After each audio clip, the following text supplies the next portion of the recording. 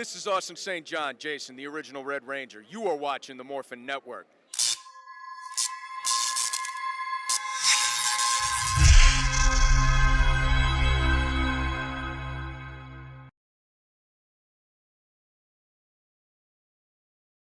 So, Richard, how you doing? I'm good. How are you? Doing great. I love your sweater, by the way. Yeah, Oh, it looks really cool. And it's green as well. I'm actually wearing green too, so. I bought it at the beginning of winter, and it's the only thing I've worn. It's just I can't take it off because it's very comfortable. And yes, don't worry, we're Team Xander, so don't worry about it. Hey guys, this is Morphin Network. Happy Sunday here and happy Monday there in Australia for our Australian viewers. So we have a special guest today. We have the Green Mystic Forest Ranger himself, Richard Brancatisano. Is that how you say your name? Beautiful, beautiful. Awesome. Hope I didn't butcher it. Yes. So Richard, how you doing, man? I'm good. It's 10 a.m. here, which is pretty early morning for me. I was kind of working on the weekend, so just got out of the shower, as you can see. Awesome. So let's get the interview started. So Richard, can you briefly tell us about yourself? Yeah. Where do I start? From the very beginning. Just kidding. Well, in 1969, I got my parents met. Actually, I don't know when they met. Actually, I should probably ask them when they met. I could work it out. No, I'm just, I guess, I'm an Australian. I'm living here. I'm 35 years old. I'm about to turn 36 next month. Oh. So I'm excited for some birthday presents. I've been an actor and a musician most of my life. And now I'm kind of concentrating a little more on my music. Yeah, I don't know. That's it. That's all there is to know about me. Awesome. And that's awesome to know you're a musician. So how did you get started in acting? So it all started for me in high school. We had a pretty cool drama department in high school. We didn't do drama as a subject then, but we had it as like a separate kind of extracurricular thing. And I was playing music, and one of my teachers at the time, Mrs. Barents, was like, they're doing a musical called The Pajama Game. Would you like to be in it and play some guitar? And I was like, oh yeah, sure, but I only want to play guitar. I don't want to do anything else. I don't want to sing. I don't want to act. I was really scared of being on stage, and I just didn't really like the whole thing of it. You know what I mean? I was like, I'll get on there and play a bit of guitar, and that's it. And then, as it happens, I went in and played a bit of guitar, and then she was like, well, why don't you sing in just this chorus part? And like, we need more people singing, so can you sing in this and this? And by the end, I was part of the chorus.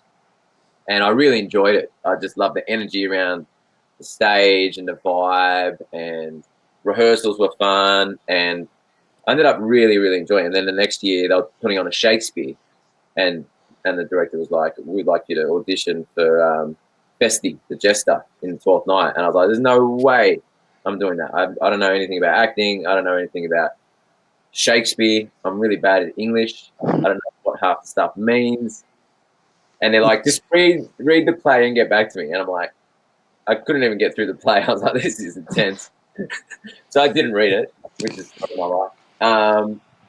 But I read my lines for the audition, and I went in and did the audition, and somehow I got the part.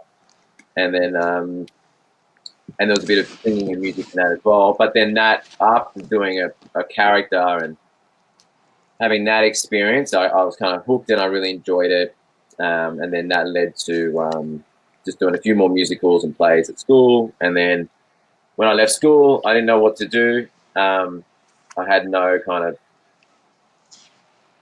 other options really, apart from music and acting. So I was like, I'll go to drama school. So I went to drama school for 3 years, and that's when I really started learning the craft and understanding how cool it is, and how much thought goes into it, and how much of the process there is, and how much it required me to kind of look at who I was and understand myself and other people. And that's where I really started enjoying it. And then, yeah, from there I came out of uni and did a few things, and then got Power Rangers. That was one of the first acting gigs I got out of drama school. which I was really, really happy about. Awesome. That was the moment I was like, like someone wants me to be on their show for more than like a couple of scenes, you know? Like to be a regular on a show was awesome. And for it to be Power Rangers was like, I couldn't believe it.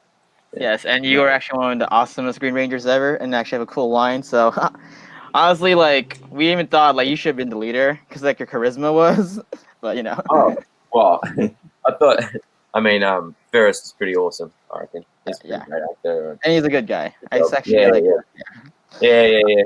Can you tell us what the audition process was like for Power Rangers? Yeah, I was in Canberra at the time, which was about a 3-hour drive, and I got the audition when I was doing a play up there, and they said it's for Power Rangers. And like most Aussies, we didn't know Power Rangers was still going at that time, because I think they were just starting to cast out of Australia and New Zealand at that time, and we hadn't really heard about it still going on in the States. And so it was quite a shock to see Power Rangers. I was like, oh, fuck, this is nuts. This is like the Power Rangers. And they're like, yeah, it's the Power Rangers.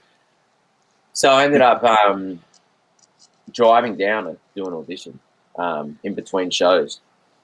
And it was really good. And I auditioned for Nick, and Faraz auditioned for Xander.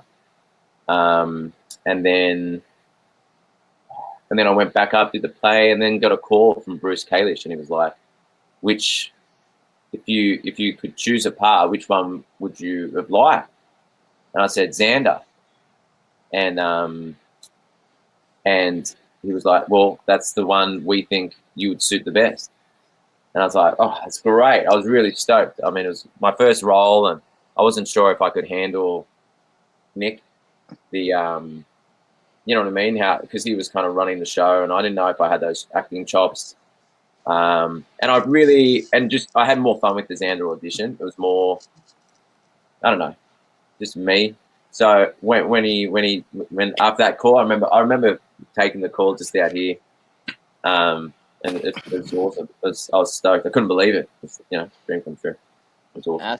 Yes, and you actually that was awesome. And then look what happened. You actually became a Legacy Ranger, and you came back too for that was mad. What was the experience like while filming Power Rangers? Generally awesome. New Zealand's just beautiful. Like going to live in New Zealand, number one, was just great. The team was awesome. The crew was awesome. The cast was great and really talented. It was just a great life also in New Zealand, like going out watching bands, and a lot of the people on set, all the New Zealanders had their life, and they kind of took us and, introduced us to their friends. And so all the stuff surrounding it was great as well, not just shooting. Shooting was fun as always because it's such a real ensemble cast. You're never like alone on set, just doing your own thing. You're always with your mates and having a good time and having a good laugh about it. Looking at monsters that you've never seen before and aren't seeing, but pretending they're there. That's always fun, especially like if it's direct into the sun. Like I think I ended up getting a pterygium by like looking into the sun so much. They're like, open your eyes. I'm like, if I open my eyes, the sun is literally going to burn them. But I opened them anyway because I was new to the game, so I was trying to please. And in the end, had to go to the doctor because one of my eyes was stuffed up. But that's the shit we put ourselves through to be married. Hey, hard work is everything, bro. Hard work is everything. And it can be pretty costly. Yeah. Exactly. Hey guys. Do you have any fun BTS or behind the scene moments while filming Power Rangers? And my memory's bad at like the best time. But remember, for us was like always really like there's a lot of competition, and like it was easy to get him to do stuff like if you said you couldn't do it. So like I remember this one time we're outside and there were these two trees that were like massive trees, and I was like, I bet you can't climb from one tree to the other tree. Oh my God. And he loves a challenge, and he's very able-bodied. So he started climbing the tree and was like right on top. I swear it was like 3 or 4 meters up. And then I think the AD kind of caught wind of it and like yelled at him to get down and stuff. And he was cut because he couldn't finish the challenge. Oh, damn. So I won the challenge. But he probably would have done it. or broken his back. So Yeah, at least he was okay. So I mean, he was okay, right? I remember that. That was fun. The petrified Xander was pretty cool. Oh yeah, I love the episode. That was very impressive makeup. Yeah, very impressive breakup. That was nuts. They that an early morning start as per usual, but some people had to do that every day. But for me, that was just a week of kind of understanding that whole process and like just literally getting real pieces of bark and just sticking it on me.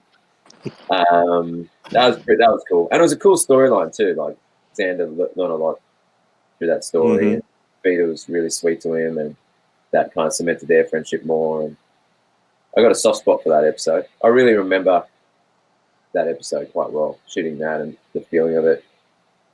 It looked pretty memorable. Yes, it was. Yeah, yeah, Can you tell us about your music career? yeah. So I've always kind of been music. I would probably say is my first love. It's first, when I heard music, I think it was La Bamba when I was a kid. I still remember where I was when I heard it, and that last part when the guitar, when it slowly speeds up and turns into a kind of, and he does that, guitar solo. I remember hearing that at my nonna's house. I don't know how, maybe I was about 5 or 6, and just thinking like, wow, what is that? It's like something hit me, and I was like, okay, this is special, And I remember hearing like a song called Unchained Melody, and that was at my uncle's house, and I remember hearing that high note and just automatically just feeling different and better. It was like someone had just like slapped me out of reality and gone, here's a bit of life that's awesome, you know what I mean? Like no matter what's going on, and music became that for me. And so I've started playing guitar at a young age, about maybe 10, and that led to playing in bands at school and stuff. But I never really thought of anything of a career about it. But then when I left high school, when I left high school, I was like, I want to get into band. So I looked up back in the day, we had newspapers, and at the back of the newspaper we had classifieds, and I found a band called Peachy that was looking for a guitarist, and I went on an audition for them, and they were really fun guys and a good band, and I ended up joining them, and in Australia, and especially in Sydney and Melbourne, there's a really healthy, what we call like a cover scene. I actually just found out it's probably because there's a lot of pokies in the places, so they've got an entertainment budget that they need to fulfill, so they put bands in. I don't know how true that is. I need to look into that. But basically, a lot of pubs and clubs and hotels have live music, and whether that's just acoustic guitar playing and singing, or full bands or whatever. So I went into that scene and started gigging, 2, 3, 4, 5 times a week, singing other people's material.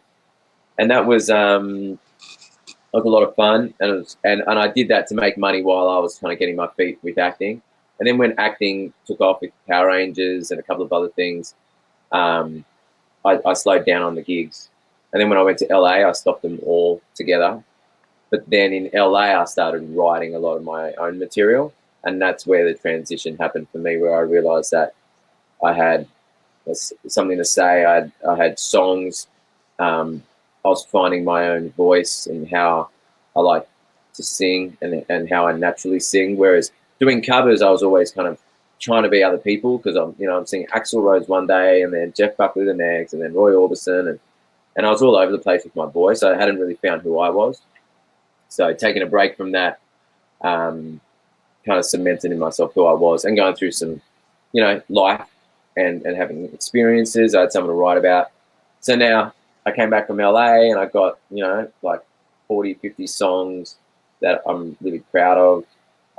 I'm singing better. I'm gigging them around town, and I've kind of gone, I need to put all my eggs in one basket and make this happen, and start releasing this stuff and playing it. And so that's kind of where I'm at now. That was a pretty long answer, wasn't it? Yeah, that's fine. I mean, it's fine. It's actually a really good answer. It's really good to see. I mean, it's kind of cool that you're part of marching band or any band. Yeah, I mean, I was a percussionist, so really? I know how to relate with you. Like all those. Oh my god, that's Yeah, I that's think cool. Toby should have made you Oh my god, that's cool. manager Oh, sooner. nice. Yeah, I'll do it exactly. one day. The Rockporium. How fitting. Yeah. Like, I would show you my drums, but like they're way back there. But all right, Oh, anyway. that's awesome. Show us. Have you got? So you play drums? Yeah, I mean, I don't know if you can see it. It's kind of messy, but like it's Mm. literally behind a black bag. I don't know. It's hard to find. It's like literally back in there. Mad. Yeah. Because one thing I realized is like if you got to set everything up before you play it, you never do it. So I have it all sitting here already. I've got my piano. Can you see it? Nice. Yeah. Oh, that is cool. Oh, nice. Wow, that's cool. Guitars on the wall. Hey, Yeah, what kind of piano is that? mate. It was made, I think, in 1890. Nice. It's old. It sounds old in a good way. It's very mellow. I wanted something that was kind of really mellow and scooped and warm and moody, and So I found it, and it was only $1,000.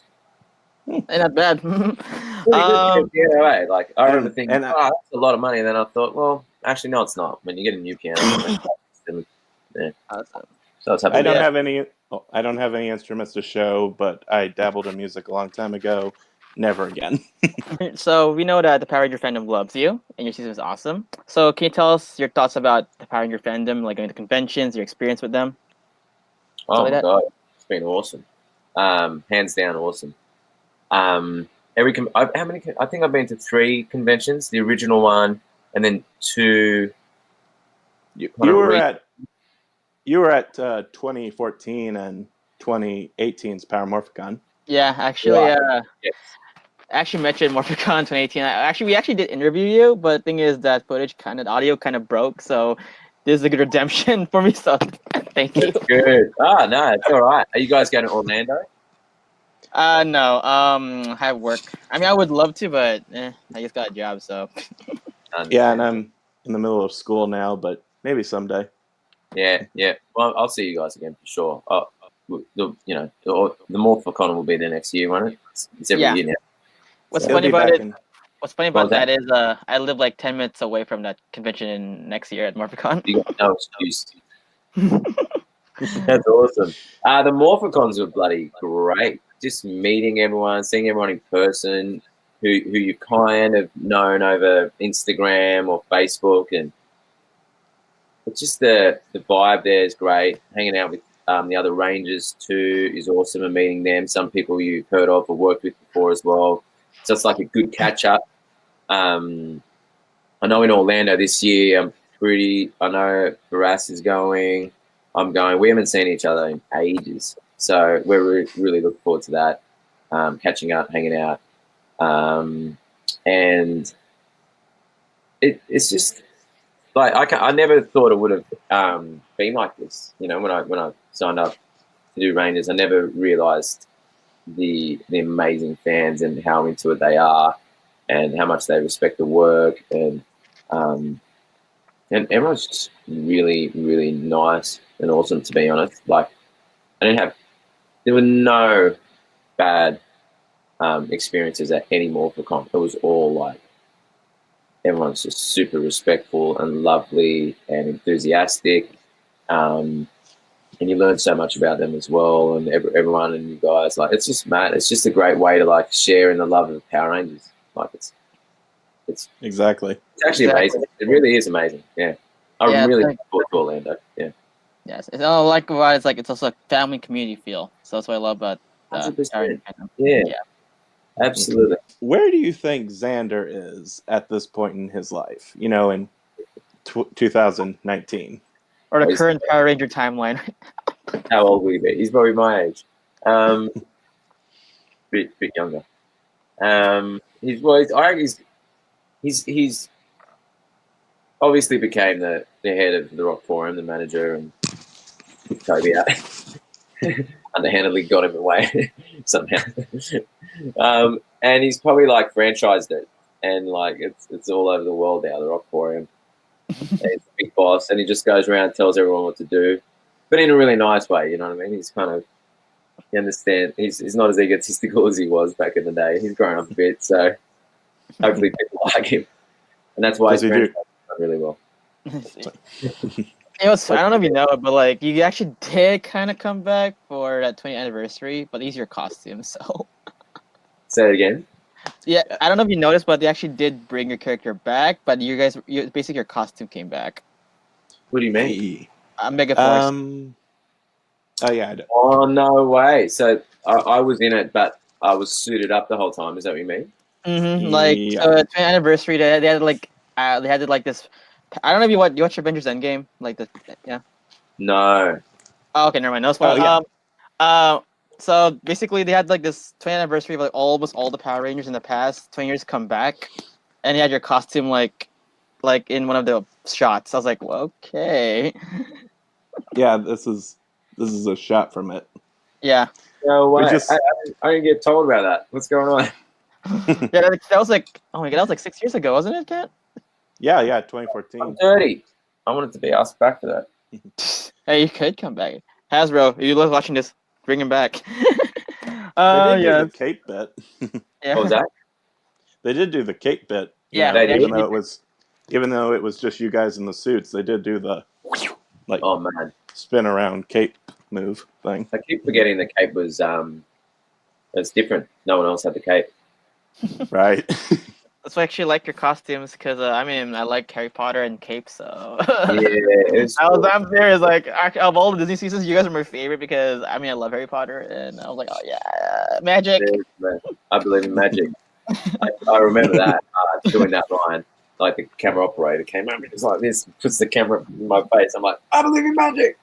And then I was like, oh shit, was that bad? Did I say that really bad? Can I have another go? And it's like, I believe in magic. I was like, oh no, I fucked it again. Okay. Going that. Oh, I hope my line was good enough. And then watching everyone else's and thinking they did a really good job and being like, oh no. But what can you do? Any advice to any aspiring actor or actresses? Yeah. Advice is kind of different for everyone because everyone needs something slightly different. So with that in mind, I would say make it sure it's something that you love to do because you just love to act. Meaning that if it's the world of acting is awesome and all the stuff that comes with it is great, but if you don't really just love the most distilled form of acting, then you're going to reach a ceiling. And that doesn't mean don't go for it and don't do it, but try and grow that inner seed of just the love of the craft and so I'd say that, and I'd say, what are you trying to say as an actor? Who are you? Work out who you are. Work out your point of view, and create material as well. And just the biggest thing, like anything, is practice it. Find ways to practice, and then if you're good, people will see you, and you get work. But if you know what I mean, it's all about just being the best you can be, and that just takes hard work and practice. I don't know if that's really good advice. I think if you really want to be an actor, you will be an actor. Like, there's nothing I can say that's going to stop it or start it. Do you know what I mean? Right. All I can do is just keep going. And the one thing I can say is what you think in your head is impossible is possible. Like when I was at school studying drama, and I kind of was like, can I be an actor? I never would have thought I would end up living in Hollywood, shooting a show, a TV series, being an American. Like that to me was impossible. And it became a reality, and it was amazing, but it didn't give me everything I thought the dream would give me. You know what I mean? That came from other work, as a person. But I guess what I'm saying is don't, just because you think a dream's out of reach, don't buy into it that it's out of reach, because you can do that. Awesome. Right. Really right. It's really good advice. Definitely. So guys, any aspiring actors, listen to that, all right? Do you have any upcoming projects you'd like to share with us? Oh, yeah. Just my music, really. It's all going to be out on my social media, Instagram, Facebook, and whatever. I'm just working on recording the stuff now. I'm doing more gigs. So if you follow me, you'll see it. You know what I mean? I'll post it up and Spotify as well. You know, if you have Spotify or iTunes, just subscribe or keep an eye out on Richie Branco, and I'll do the rest. Like, just have a listen, and if you like it, and that's awesome. Come along the journey, and I'll keep trying to make music that you like, or that I like, that you end up liking. And if not, doesn't matter. Right. I'll subscribe later, so I should do it after this. Hey. Yeah. Can I ask 2 things? Yeah, Sure. Okay. Was there Mystic Force didn't get to have a team up? Do you know if there was ever any plans to bring in the SPD Rangers, or did you hear anything, or No, ever hear anything? I remember wondering about that, but never understanding why it didn't happen. Or I can't remember any kind of reason why I just remember hearing it's not happening this year, and us feeling kind of bummed about it. It's a sorry. That's right. Yeah. Yeah. Go on. Yeah, it's a real shame, because out of all the team ups that have happened in Power Rangers, Mystic Force and SPD I thought was like probably the most no-brainer to do, because a complete technology themed season meets a complete magic themed season. It just seems like it would have been like a pretty good centerpiece for opposite teams. 100%. Yeah, 100%. and one more thing.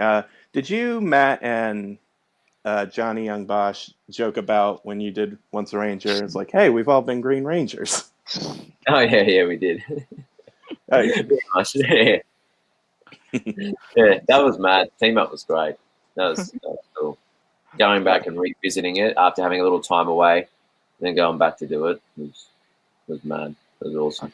And the new Rangers were all cool too. They were really nice. Richard, we have some fan questions. Actually, want to say hi, or are you Awesome. done for it? Awesome. So Daryl Diggs says hello. How you doing? Edward Sanchez says Magical Source Mystic Force. Awesome. Alan Robiel says he's your favorite Ranger. Thank you very much. Daniel Cano Garcia says hello. How you doing, Daniel? Harold Diggs says, are you going to have a Power Rangers Mystic Force reunion in the future? In what kind of way? Well, at one of the conventions we might. You never know. We might all get there one convention. That would be pretty awesome. Yeah, like Ranger Stop. That'd be sweet.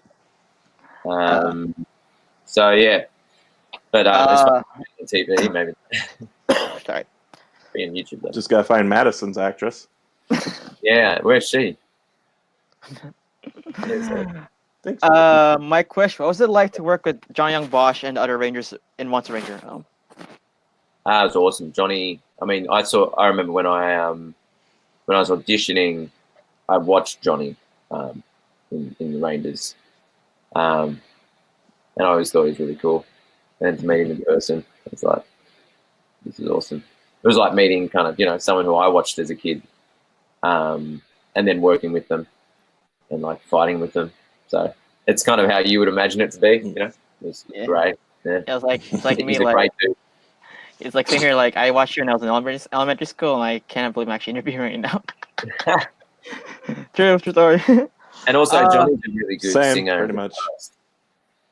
So we talked more about like musical gear and guitars and stuff than anything else on set, which is always cool. When you get two musicians together, or I should say, when you get two guitarists together, it's always an issue. Anthony Davis, dude, it was a blast meeting you and interviewing you at PMC.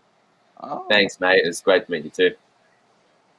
Daniel Cano Garcia is asking, what is your favorite episode from Power Rangers Mystic Force, or what favorite episode of film? I reckon the Giants one was really fun, with the fruits and running in, and because doing all the perspective stuff was really fun, and so I really enjoyed doing the Giant. Do you guys remember that? Yeah, I do. Yeah, yes. That was cool. That was fun. Oh, and also Dark Wish. Dark Wish was mad. It was like shooting a film. That was cool. Like that 3-parter. We felt like that was something kind of special. So we all really enjoyed that. I had this drawing of the tribunal. The Tribunal of Magic. Hey, Ken, you should get hired to be Encyclopedia of Power Rangers. That's awesome. Ryan And Old right Thomas. here's the Oh, sorry. gate. That's Ryan mad. Old Thomas says, Richard, did you guys have to watch Magic Ranger? Oh, the Sentai for research. No, we saw bits and pieces of it. They showed us bits and pieces, but I didn't watch the full episode. Brooke Laura Kristen says, "Hi Richard, how are you?" How are you, Brooke? Good to see you. Thanks for listening in. Dave Plobby. He says, currently making your helmet and making one for us and John. So, Oh my gosh, that's amazing. I can't wait to see it, Dave. Thank you, mate. Appreciate it. Thank you. Means a lot. Tom Graven says, "What's up?" What's up, Tom? Yeah, I like this has his touchscreen. Oh, good question. Brooks asking, "Are you going to WizCon in Portland?" Ooh, what's very that? I fitting. haven't heard that. I think it's I don't know. That's in Oregon, so. I'm not, as far as I know, but I'm always open to. I'll look it up, see when it is, see where I am, and see what's going on. Yeah. Thank Timothy Duckis asks, "How did you look?" Wait. How? Basically, he's asking how, maybe the process of. Oh yeah. Tim, they got real bark and they stuck it on me. Like literally, they got a tree and me, and they took the stuff off the tree and they put it on me. And my hands were gloves with bark on it, so they were already made. So they were like gloves, and they'd stuck, bits of bark all over that. That went right up to here. But the face was like glue, piece of bark, glue, piece of bark, and then sticking moss in between and stuff. And yeah, it was awesome. You might know this guy. Javier Alejandro Lopez asks, "It's a pleasure to bring him to Ranger Stop. Fans will enjoy meeting such an awesome person." Oh. Thanks, mate. It's great to meet you last time, and thanks so much for bringing me out. Like, it means a lot. Bloody awesome. From our friend Luis Espero, how was it playing the Green Ranger? Awesome. You probably heard what we were saying during the interview, but it was the role I always wanted, and it was great to have someone who was always kind of making a joke about everything and thought he could talk his way out of things, which is kind of a bit like me. Like, it's nice when you play a character that's kind of similar to yourself, and also being an Australian was cool. And yeah, it just meant I could kind of go on set and just be relaxed and kind of be who I was and bring that character to life, kind of in a quite a natural way. So yeah, that was fun. Team Xander. Xander. Our friend Luis Espero says hi, or like emojis, something like that. What does that mean? I know. What does this mean? Like, Luis, what is this? Patty cake? What is it? I don't know what it means. I've always wondered what that means. Gerald Desnoble says your music is amazing. Thank you. I appreciate that. Thank you. Oh, this is actually a good one. Timothy again. How was it with Peta Rudder of Donna the White Ranger? Well, basically, how was it filming with her? Amazing. She was like the mum to all of us on set. She was a mentor on and off set. Oh, awesome. Oh, that's great. Yeah, beautiful. She was lovely, and it was so sad to hear the news. And yeah, but she was loved by everyone on set, absolutely, and she helped us all because a lot of us kind of, that was one of our first shows. Yeah, I hadn't done a lot, especially I hadn't done a lot. And when you have people on set like that who take you under their wing and help you out and are supportive and nurturing and kind and also fantastic actors, it just, it's awesome. So I feel honoured to work with them. Yeah, so Peta, rest in peace. Yeah. Remember you. Chris Works asking, how did it feel coming back for our 50th anniversary? Oh, it was great. It was amazing to be asked for that. I remember that call as well, and Yeah, I was like, I can't believe they've chosen me to come back like that. Yeah, I didn't think I'd ever be asked to come back for something like that, and so I was honoured and kind of really excited to put my best foot forward and to go in and make it a really good 2 episodes, and also just like I said before, excited to come back to New Zealand and see everyone again and see the crew again. The crew was so good, like they were just great, and they helped me with my music too. Like the sound guys, like told me what microphones to buy and stuff, and I even got a guitar that I still play every day, 12-string guitar, just given to me, and I use it every day. So, Nice. yeah, it's a special time. Hey, so as a request, can we hear you play your guitar at PMC next year? Maybe, why not? Who was the biggest prankster on set? Oh, it's got to be Faraz for sure. He was a nut. He was always joking around and doing stupid things. I was pretty stupid too. We were young and stupid and just always stuffing around. Nick was the funniest. So Nick Sampson was just, as you know, he's hilarious. So he gave us the most laughs, I reckon, just in terms of humour. Yeah. But for us was probably for us was like back flipping off crap and smashing cars and just doing all sorts of funny stuff. Yeah. You know what's funny? Every actor we interviewed and like who asked the prankster on set was, it's always the Red Ranger. Like majority is the Red Ranger. Yeah. Well, they can get away with the most. I'm serious. Like I asked like 5 people. They're the least likely to be fired. So. All right, guys. Thank you guys for watching us, and thank you, Richard. Thank you so Thanks, much. guys. Where can I find you in social media? Bitchy Ranco, BICHIERANCO. That's my handle for Instagram. Facebook's just Richard Brancatisano. And I might be changing my handle to Richie Branco in the future. Awesome. Okay, where can I find you? You can find me on Instagram at brown_K, as well as my regular Facebook page, and I might be doing something that involves this sometime. So you can find me on Instagram, Dancer4247, and please follow us on Facebook, YouTube, Instagram, and Twitter. Thank you again, Richard. Thank you guys for being part of this awesome interview. Thanks, guys. Great to see you again. I'll see you guys soon, either in the next year or two for sure, obviously. Yes. And yes, guys, he'll be at Ranger Stop, as you guys seen. All right, guys, so as we get goodbye wave. So thank you guys so much for the interview, and bye, guys. See you later.